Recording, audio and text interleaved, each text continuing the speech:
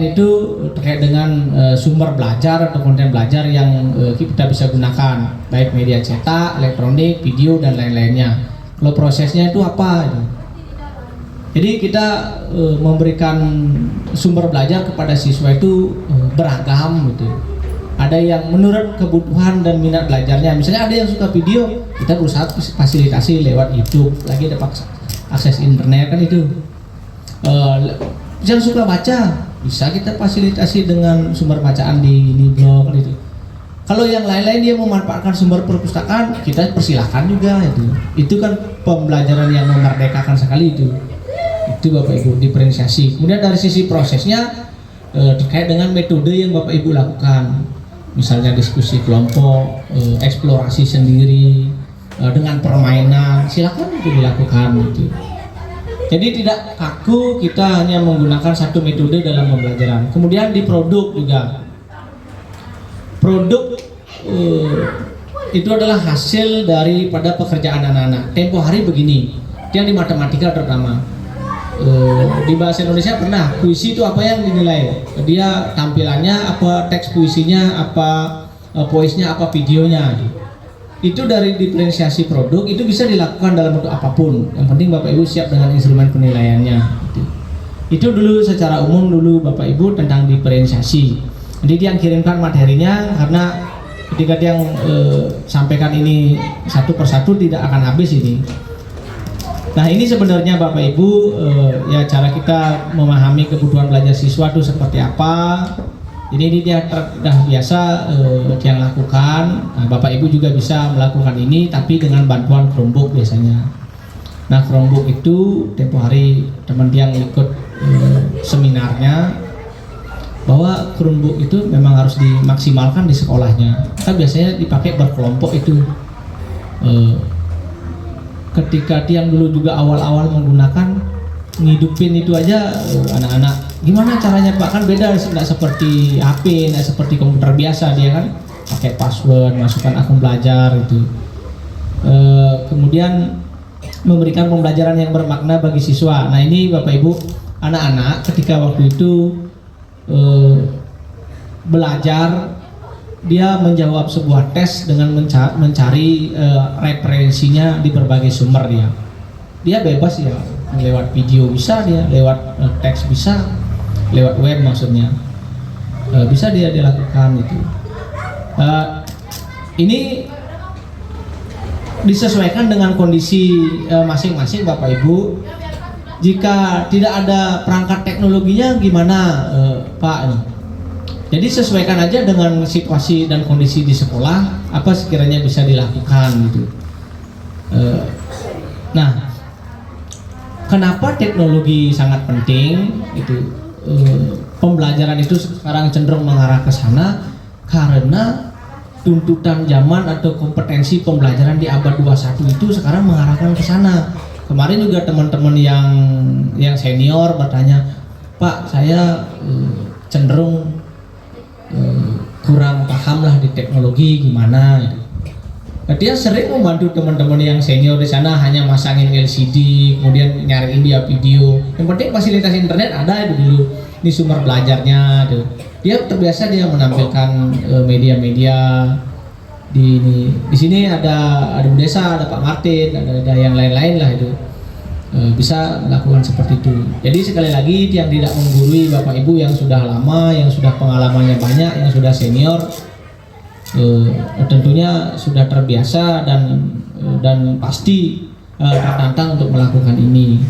Jadi kemarin juga pengalamannya nggak usah berkecil hati Bapak Ibu. Misalnya memang kondisinya yang senior itu dia kan tidak lahir di zaman teknologi dia. Yang kita yang lahir di zaman teknologi dan sedang mengikuti teknologi, dan anak-anak kita kan itu. Coba sekarang kalau misalnya anak-anak kita lihat rasanya lebih kencengan mereka teknologi itu, tahu TikTok, tahu Quizzes, tahu ini tahu itulah dia itu. Saya pun berpikir sempat kenapa anak-anak ini langsung tahu begini ya, kenapa? Karena dia terbiasa itu. AP-nya itu di mana tombol kembalinya. tombol kembalinya itu nggak isi, tapi dia tahu caranya menggunakan gitu. Nah itu udah menandakan anak-anak kita memang dia lahir di zamannya teknologi gitu.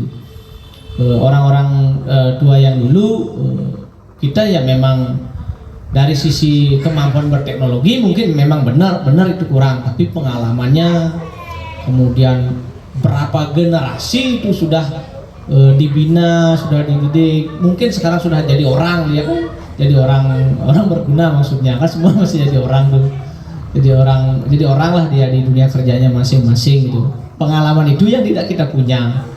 Gimana caranya ngadepin siswa nakal, gimana caranya ngadepin siswa hiperaktif, gimana kemarin lucu, gimana caranya Pak kelas 4 ada nggak di sana nggak bisa baca?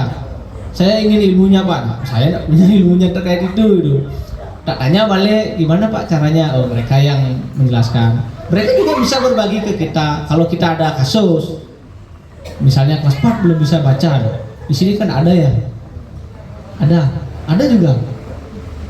Oh itu ada. Dia yang belum pernah ketemu di sana kelas 1 dan 2 aja, tapi dia bisa kok baca setelah ini. Kemarin untuk membuat kesimpulan, kita kan guru nih, bukan psikolog nih, guru. Kirim dia ke SLB. Gimana caranya situ narik kesimpulan, kok berani ngatain anak orang kirim ke SLB gitu. Nah dia bisa jawab. Apa yang menyebabkan dia harus dikirim ke SLB? Hanya dia kena kendala nak konsentrasi belajar, nak mau baca dan lain-lain sebagainya. Dibilang praktiknya berlebihan, nak bisa ngikutin instruksi dan lain sebagainya, makanya diharapkan sekolah ke SLB gitu. Anak berkebutuhan kan gitu. Kan sebenarnya kita diagnosanya kan subjektif itu kan. Coba dulu treatment kita, baru kita ngundang guru pembimbing khusus namanya kan, yang memang ahli menangani anak-anak demikian. Psikolog itu resikonya luar biasa kalau sampai itu. Orang tuanya juga ngomong ini kok gitu Pak, ya wajar dia marah, dia tersinggung gitu, karena kita belum valid memberikan penilaian. Kita ojok-ojok ya dia direkomendasi ke sana gitu. Psikolognya akan tanya nanti kenapa katanya anak bapak itu. Sama dengan kasus sebelumnya ketika kelas 4 belum bisa baca, tapi karakternya bagus. Naik kelas apa tidak Bu? Tanya kepala sekolahnya. Kepala sekolahnya tuh 7 keliling tuh berpikir tuh. Pasti berpikirnya luar biasa. Dia juga pernah dihadapkan situasi seperti itu dulu di lab. Selama 2 tahun dulu jadi kepala sekolah, berpikir ini kelas 3 belum bisa baca, terus harus naik. Masuk swasta kan biasa menjaga reputasi biasanya kan itu. Terus menjaga apa istilahnya, bahwa kita mampu membelajarkan anak-anak dengan baik kan itu. Sampai kelas 5 itu, tapi dia punya kemampuan tertentu gitu. Tambah lagi situasi yang lainnya, sampai bertanya-tanya dah semua orang-orang yang berpengalaman sama psikolog kita ini, baru kelebihannya lah yang dicari gitu. Kelebihannya dia bisa ini. Kalau di kompetensinya sesuai dengan tuntutan kurikulum, memang tidak tercapai dia. Terus sekarang dia jurusan otomotif, dia di Undiksa gitu, dan ahli mesin dia. Ahli ngotak-atik sepeda motor, karena dia memang suka pelajaran otomotif dan yang lainnya dia tidak suka gitu. Majalah otomotif, terus gara-gara itu dia bisa baca gitu. Nah, dia tidak usah cerita, padahal kakek neneknya orang berpengaruh di Undiksa itu. Itu dulu kelebihannya. Kita tidak menaikkan dia bukan dalam artian takut dengan ininya, tapi kita diskusi dengan orang tuanya, dengan pakar, gimana. Pakar itulah yang memberikan penilaian kelebihannya apa anak ini gitu. Itu salah satu contohnya Bapak Ibu ya. Kasus-kasus itu kita tidak bisa selesaikan sendiri. Makanya ketika wali ada persoalan, cepat diskusikan dengan kepala sekolah ketika kita tidak bisa menyelesaikan gitu. Karena penanggung jawab akademik itu adalah kepala sekolah itu. Dan walinya tidak meluluskan, tidak punya data valid itu, kepala sekolah langsung nekan gitu misalnya, keluar anaknya, datang orang tuanya, nah jadi persoalan lah itu. ketika anak-anak dengan kondisi demikian. Terus terang juga Tiang ketika mengalami kejadian tidak bisa baca itu pasti akan berpikir juga. Nah selama ini Tiang di tempat yang belum ada, yang belum bisa baca. Gitu.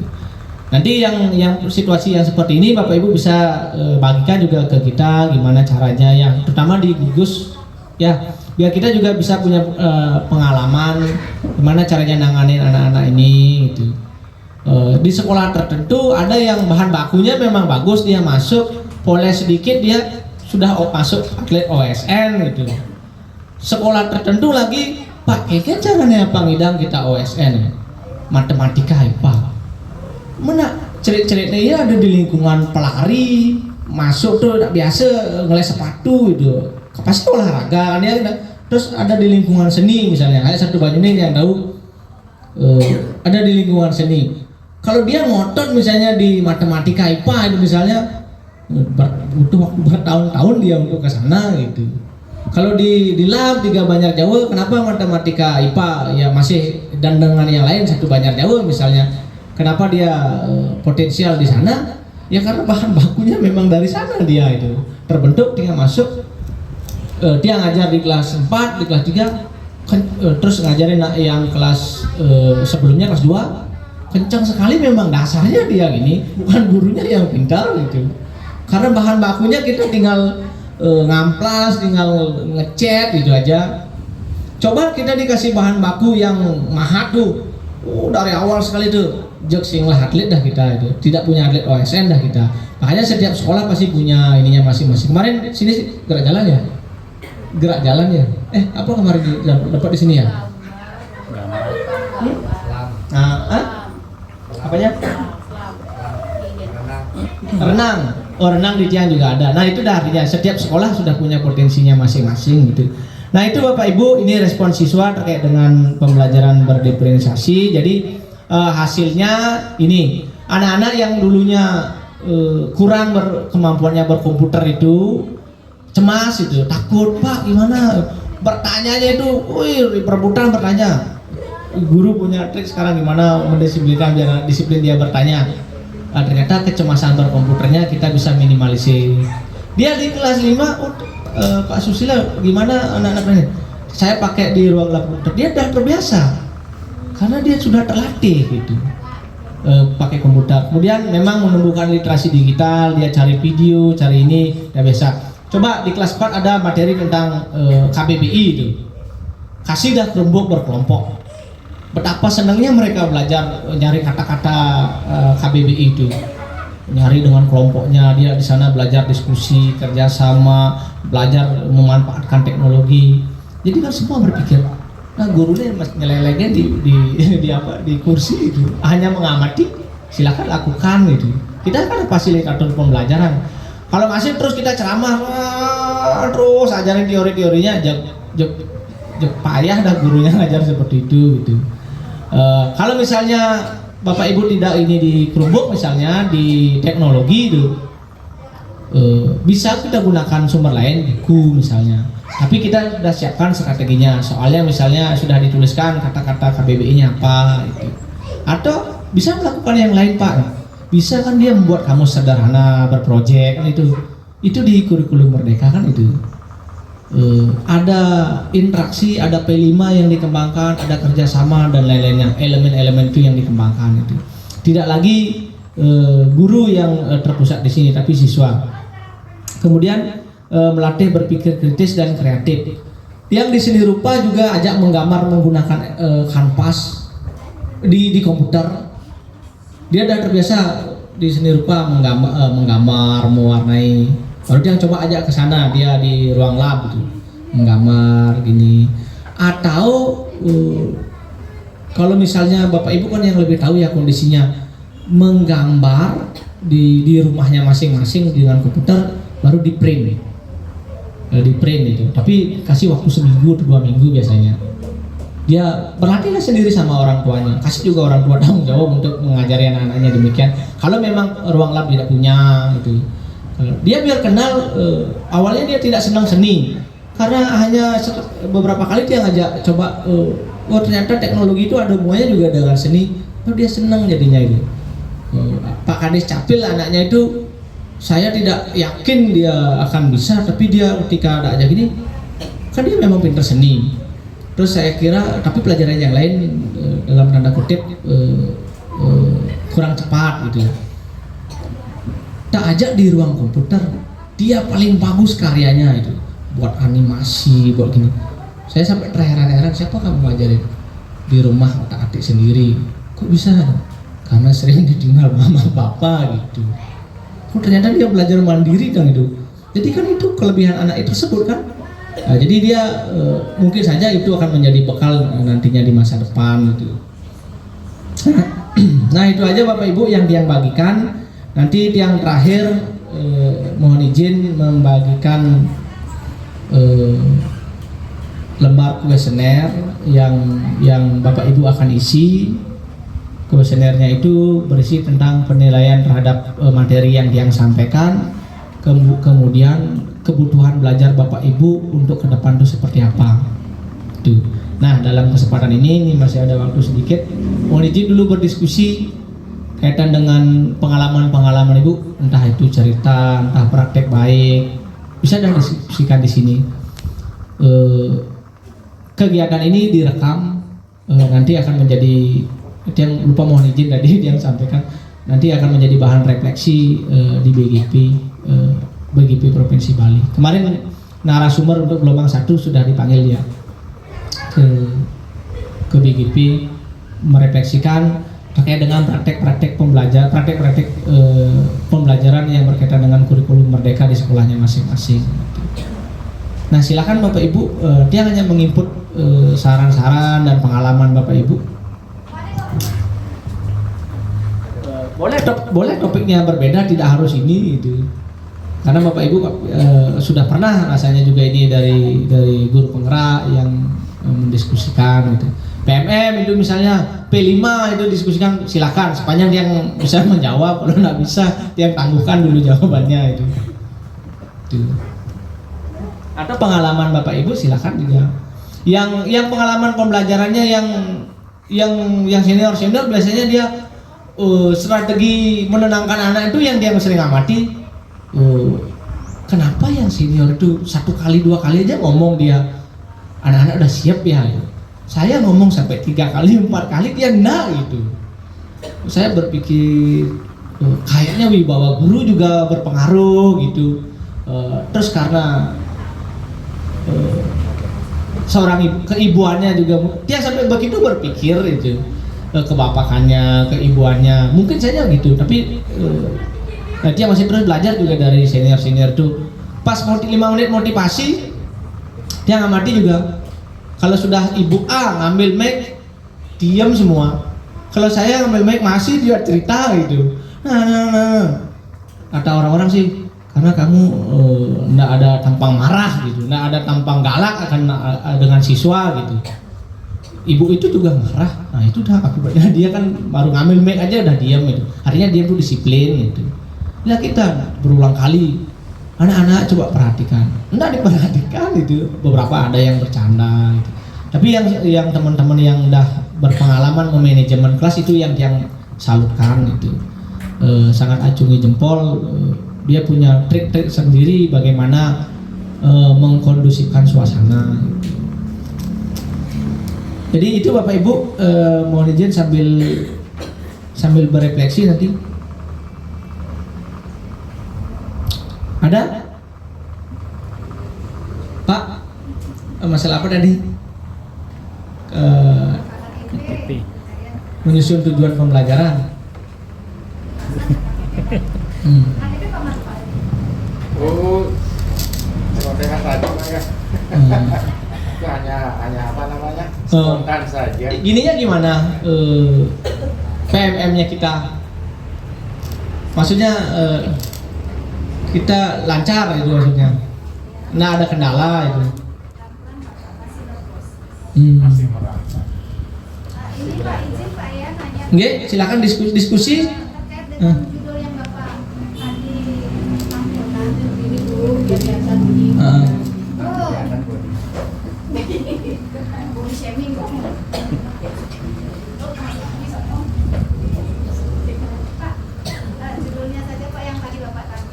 Ya. Pembelajaran Pembelajaran berdiferensiasi. Pembelajaran campuran dengan strategi diferensiasi berbasis tingkat. Jadi saya sangat tertarik dengan judul yang Bapak sampaikan. Yang ingin saya ingin tahu pembelajaran campuran seperti apa? Apakah online dan offline? Seperti apa sih ini? Kegiatannya? Kalau strategi diferensiasi mungkin nanti seperti yang Bapak tampilkan, tapi pasti dulu. Udah, ya masih udah udah. Ya lanjut. Ya. Seperti yang Bapak sampaikan tadi untuk strategi kan sudah ya tadi. Tadi juga Bapak menyampaikan bahwa Bapak pembelajaran campuran itu waktu musim pandemi.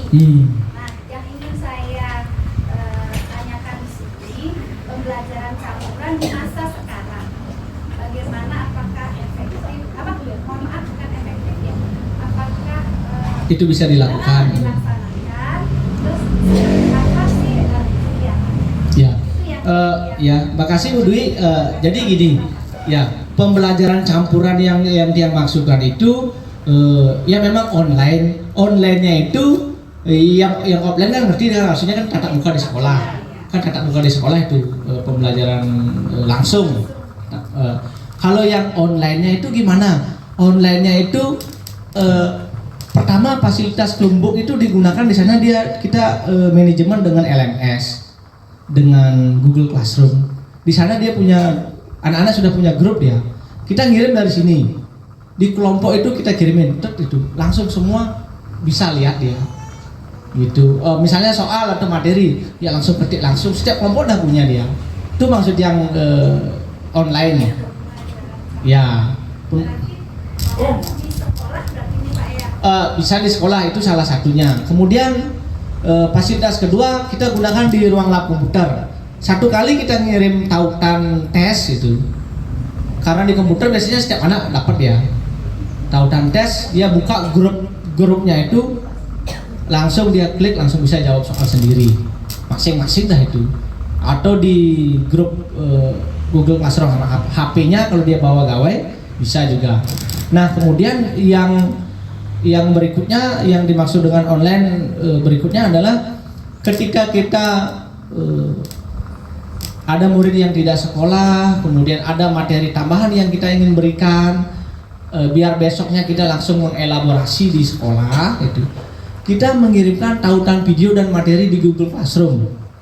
Itu misalnya Bapak Ibu ngirimnya hari apa? Hari Senin itu. Hari apa kita janjinya akan membahas dengan anak-anak. Dia belajar di sana di Google Classroom itu. Terus tapi tentunya ini kesepakatan dengan orang tua di awalnya. Ya, di awal itu kita buat kesepakatan dengan orang tua dulu bahwa kita akan menggunakan itu. Selain juga antisipasi ketika pembelajaran, ya kayak kemarin ada gerak jalan itu misalnya tiba-tiba sekolah daring gitu, itu udah manfaatnya itu. Nah, tujuannya sekali sebenarnya anak-anak terbiasa dia belajar menggunakan perangkat teknologi itu intinya. Tetapi yang dia lakukan ini biasanya sebulan 2 kali, sebulan 3 kali. Bisa kalau misalnya materinya banyak, misalnya IPAS, dia kirim dah di grup WA. Bapak Ibu dia kirimkan materi tentang ini ke anak-anak di GC gitu. Bisa kita lihat itu anak-anak yang mengakses. Besoknya dikonfirmasi. Materi pertama Pak ngirim apa dan apa?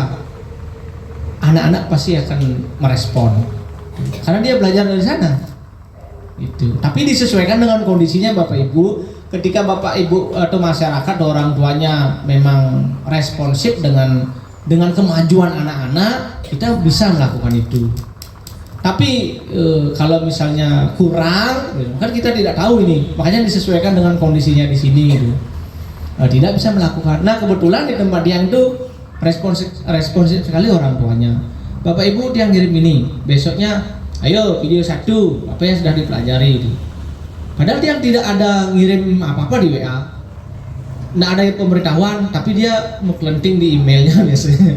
Di Gmailnya dia ada ini masuk di GC gitu. Seminggu boleh, 2 minggu boleh, atau Ibu jadwalkan boleh itu. Pokoknya kekurangan yang yakin Bapak Ibu tidak selesai di kelas materinya. Bapak Ibu punya ide-ide, oh saya ingin menyampaikan video ini. Ih, lama 30 menit itu misalnya atau 20 menit itu misalnya. Di sana dah bisa ditaruh. Ini kalau yang ini di GC.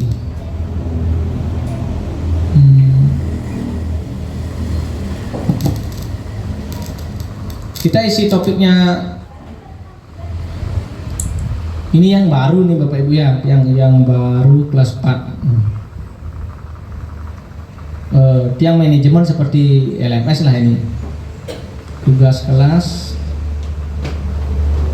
Nah ini, tiang ngirim dokumen capaian pembelajaran ATP TP ke orang ke sini dah ngirim. Orang tua hanya lihat-lihat, Pak apa materinya? Nggak ada lagi nanya gitu karena dia udah kirim ke sini.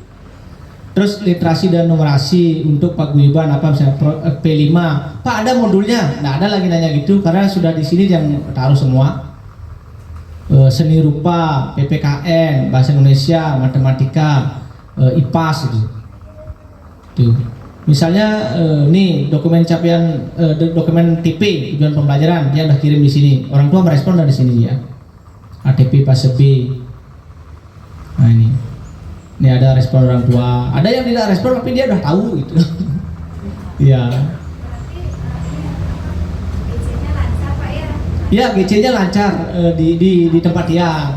Kalau di sini disesuaikan makanya yang di awal semester pertemuan dengan orang tua Pak Guyuban dengan orang tua kita menyepakati begini. Kalau Bapak Ibu menyepakati kita lanjut. Kalau Bapak Ibu tidak menyepakati ya apa juga saya juga tidak susah gitu. Saya sampaikan demikian. Oh Pak lanjut ke sana gitu. Tidak harus begini Bapak Ibu. Bapak Ibu juga bisa punya inovasi yang lain misalnya kunjungan ke tempat lain kayak ke Dongkerti kan dekat di sini, ke Taman Kota, Dinas Arsip Perpustakaan Daerah, ke tempat pengolahan sampah masih bisa itu dilakukan. Kalau di sana didukung oleh orang tuanya gitu. Makanya disesuaikan nanti dengan kondisinya. Gini Bapak Ibu ya, ini model gini dah LMS yang sederhana sekali dah ini pengelolaannya. Nah ini kita tinggal naruh di sana, mau naruh ulangan ini kita bisa taruh di sini gitu.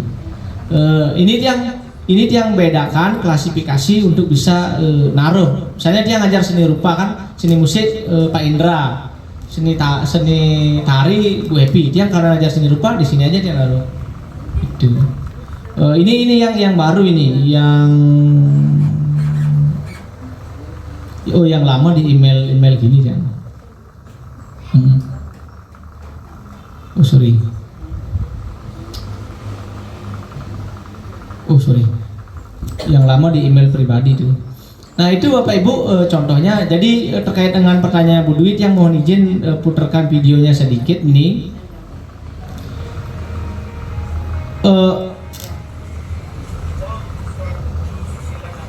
Materinya yang kirim di gini nanti ya di WA-nya Butet.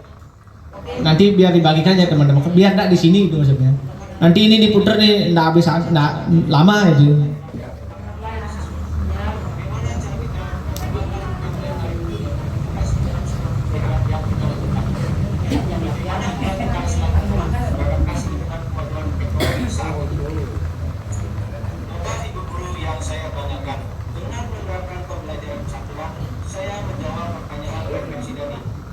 Ini Bapak Ibu ya, nanti dia materi-materinya juga yang kasih ke.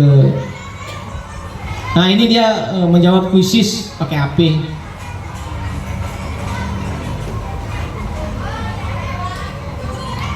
Layar TV yang cantumkan hasil-hasil tesnya mereka.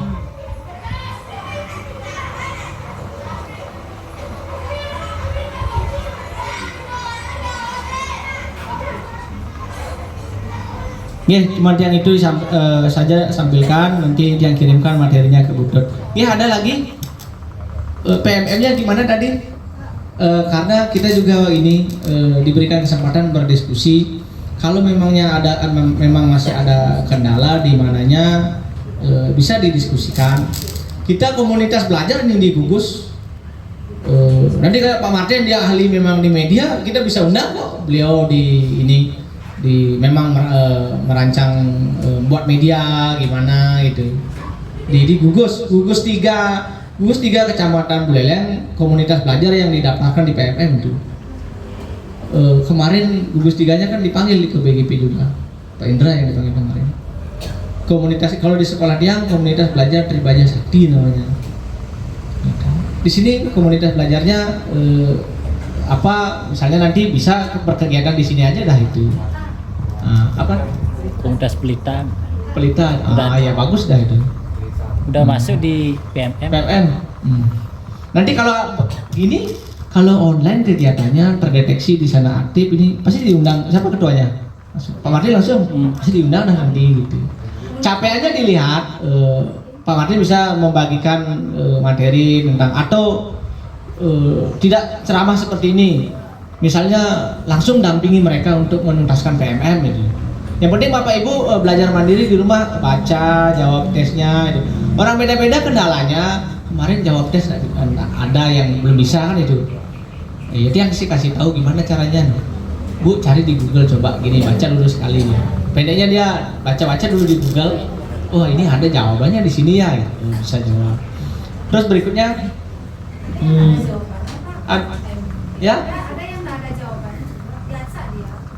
Ya karena diketahui kita udah kebiasaan sekarang niru-niru dari Google kan. Ya. Ya, yang sudah sering pasti udah tahu lah triknya itu. Tapi yang paling penting adalah pemahaman kita terhadap materinya di sana. Ini misalnya di PMM. Pertama itu kaitan dengan misalnya ini kurikulum merdeka. Kurikulum merdeka apa saja materinya?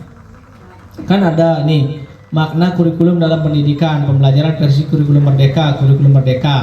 Kan itu. Jadi Bapak Ibu kalau buat aksi nyata, ini kan sudah semua ya. Oh udah bagus dah. Kemarin di teman-teman di Kendran, ini aksi nyatanya yang macet ya. Tapi dia sudah belajar gitu. Karena belum bisa gimana sih aksi nyata tuh Pak gitu. Jadi dia yang diundang lagi berapa itu ya? Buat mendampingi ini itu. Tuh. Ya Bapak Ibu nih udah ada Pak Martin, Bu Desa di sini. Bareng-bareng berkolaborasi, jangan pelit dengan ilmu itu intinya. Bagi-bagi ilmunya itu. Dia juga di sana di SD3 jangan semua dikira kenceng di teknologi itu. Kita sama juga mendampingi teman-teman yang belum gitu. Yang mudah ada, yang macam ada, menak anak dua gitu misalnya. Memang kondisinya ada yang tidak memungkinkan. Yang dia gimana sambil nyampat bisa headset kalau di kuping gitu. Biar nanti di pas santai-santai itu tinggal ngerjain aksi nyatanya aja gitu. Karena ini memang belum ada sanksi sebenarnya kan, tidak ada sanksi gitu. Soalnya berkorelasi dengan TPG bisa terkejut kan itu. Kan memang tidak ada sanksi ini. Tapi kan kinerja kita terlihat di sana. Ya, takutnya SKP itu juga berubah. Nah, Tiang juga sering diskusi. Tiang statusnya P3K. P3K itu lebih riskan. Lebih riskan dia. Karena kenapa lebih riskan? Karena ketika evaluasi kamu tidak punya kinerja baik, nah itu udah riskannya. Makanya dia berusaha memacu diri jadinya. Persis di sekolah lah gitu. Amun sing berprestasi dan sing mantongos gitu intinya. Yayasan kan begitu dia. Itu jadinya dia berusaha memotivasi diri sendiri aja itu. Pastilah karena ada sanksi nih. Naknya nawang ke pemerintah gitu. Ke depan kan kita tidak tahu gitu. Sampai Pak Sekdes pernah bercanda, yang gaya edaran ada edaran misalnya berkorelasi dengan TPG, nyak dia menggeruduk guru-gurunya nuntasan PMM gitu ya. Nyak Pak, aku dasar hukumnya Pak ya, kedai ya Pak Sekdes itu. Itu dah. Tapi ya itu dah. Kita memang tidak ada. Dari kemarin yang ditanya Pak ada sanksinya Pak. Sanksi belum yang dapat lihat, tapi kinerja kita terlihat. Minimal Bapak Ibu pelajari dulu. Karena begini kan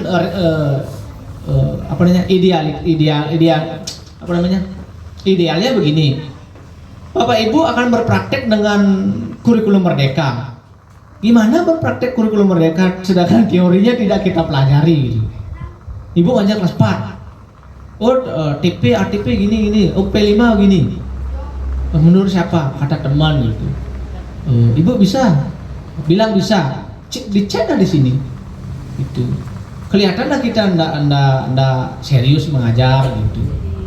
Ya, kalau ngomongin secara umum pasti kan ke rapor pendidikannya di PBD, perencanaan berbasis data. Pasti rapor pendidikannya dah itu kedip-kedip merah. Di sini hijau. Ada yang merah. Sedang. Yang hijau merah dulu satu. Baru tomplok guru penggerak, tomplok literasi hijau sekarang gitu. Tapi itu tidak bisa bertahan juga. Kalau misalnya kita turun ya lagi merah gitu. Ya itu dah yang diperjuangkan sekarang bersama-sama. Kemarin SD 3 diundang, satu-satunya sekolah yang bukan sekolah penggerak diundang. Sampai dia tanya, kenapa kita diundang? Tak cek kan, Bu Fajar, Bu siapa? Bu Diana, sekolah penggerak itu semua gitu. Emang kita bukan sekolah penggerak nih. Ternyata capaiannya di PMM itu dilihat. Gimana caranya Pak? Dia ingin tahu mendengar cerita kita itu. Oh saya punya kegiatan Sabtu belajar dan berbagi gitu. Ya seperti ini dah itu di hari Sabtu itu. Tapi biasanya nak ya biasa Sabtu belajar berbagi patungan ngabel sambal plecing gitu biasanya. Gitu sih biasanya. Ya identik dengan makan-makan tapi kayak sini kan buat ada nih kenceng nih Pak Martin Pak. Ya di terus terang di Sabtu Kendran. Ini yang ya disuruh pindah mau kok ke sana itu. Kemarin siapa yang bisa di sini nih? Bu Merah, ini Pak Mendi ada nak membantu gini kan, nah kan mau dah kita gitu. Tapi ada syukurnya Pak siapa tuh yang kencang juga dia itu. Semuanya yang segidang begini Pak, karena yang dari operator angkas itu. Widiade. Oh Widiade gitu. Sibuk sekali juga dia Pak disuruh ibunya gini gitu. Sekarang ada yang gini. Kalau di sini kan ada yang kencang-kencang kan bisa dah gini bergerak. Ya itu dah kondisinya. Jadi bergerak bersama Bapak Ibu, kita tidak bisa bergerak sendiri. Ya, nanti yang kirimkan yang terakhir sebagai penutup Tiang. Sekali lagi Tiang kesini tidak menggurui Bapak Ibu. Semoga curhat cerita seperti ini yang Tiang sampaikan itu ya paling tidak bisa menambah informasi, menambah wawasan itu. Kemudian Bapak Ibu juga Tiang lihat masih malu-malu menyampaikan praktek baiknya, kan dia nggak tahu dari kendalanya. Kalau kemarin di Kendran banyak sekali dia ngasih pertanyaan, P5-nya Pak, kewirausahaan saya ambil temanya, gimana caranya? Bisa nggak satu tema? Karena bukan topik itu sebenarnya itu. Oh nanti dia datang lagi di kesempatan berikutnya biar nggak sepotong-sepotong penjelasannya gitu. Banyak kemarin informasi yang diminta. Kalau teman-teman di sini dia yakin udah memahami gitu. Jadi rasanya nanti di angket refleksinya silakan dah isi sesuai dengan apa yang Bapak Ibu inginkan itu. Dia tidak akan bisa melihat itu. Yang dia kirim dikirimin dah ke grupnya. Diisi dah itu ya. Oke, itu saja Bapak Ibu yang meminta maaf jika ada kekurang sempurnaan dari sisi yang menyampaikan berkata-kata kemudian bertindak dan lain sebagainya. Nuna sapure jika yang ada kekeliruan, jika ada kesalahan-kesalahan yang sampaikan pada kesempatan ini. Dan terima kasih juga Bu Tur selaku kepala sekolah sudah memberikan ruang dan waktu sehingga kita bisa berdiskusi seperti ini. Tidak menutup kemungkinan juga mungkin nanti yang undang Pak Martin juga terkait dengan buat media, karena teman-teman dia ya ini dia kan ingin buat media itu media buat ditampilkan ke anak-anaknya gimana itu, bisa Pak Martin nanti bisa diundang itu. Nanti ada kegiatan seleksi narasumber berbagi praktek baik gelombang 4, Pak Martin, Desa dan yang lain-lain bisa ikut itu. Sudah 2 ada guru penggerak pasti semakin sedikit dah sekarang merahnya rapor pendidikan biasanya, atau bahkan tidak ada itu di numerasi ya sama berarti. Dia juga dulu numerasi, baru dia tuntaskan di sana numerasi, terus yang lakukan kegiatannya, kirim kegiatan dokumentasinya hijau sekarang. Gimana kirim? Gimana gitu? Nggak berkegiatan di sini di PMN, berkegiatan. Gitu. Di pembelajaran juga kita sampaikan bahwa enggak kayak gini lah modelnya, lingkungan kayak teks ini apa di halaman apa kita buat itu. Ya. Masukkan ke PMM itu? Selain memasukkan ke PMM kita punya membuat laporan itu kan. di PMM tuh buat laporannya masing-masing. Adalah kegiatan kita. Setiap guru kan beda-beda dia aksi nyatanya. Tuh kalau kepala sekolah dia misalnya dia pasti urusan manajemennya dia. Kelihatan dah di sana. Oh berarti dilacak di sana. Oh sekolah ini sudah lakukan numerasi selain tes AKM biasanya atau AMBK-nya itu biasanya. Selain itu, kalau kita sudah berhasil menggalakkan itu ada peningkatan, akhirnya hijau. Nanti setelah hijau ada prestasi-prestasi yang lain. Kemarin yang lihat-lihat, oh pakai lagu mana ya, pakai lagu. Ke depan pasti dapat bos kinerja. Aku udah dapat, udah dapat kan? Nah itu satu banyak jauh dapat sekarang dia. Karena di Eka bawah dia lihat tuh, iya man prestasi ini prestasi itu. Kemarin Bu Ayu, Wijang man gini, apa nggak nambuk ya kan kecanda itu. Apa dah itu? Ternyata memang itu karena iya prestasi. Setiap tahun ada kemajuan itu. Kan ngirim di pusat talenta itu. Pengembangan talenta itu prestasi-prestasi kita. Pakai Agung udah ada sering yang lihat namanya ada prestasi ini, prestasi itu gitu. Ya itu saja. Dibantu isi gininya Bu, instrumennya itu selesai dah kegiatan dia.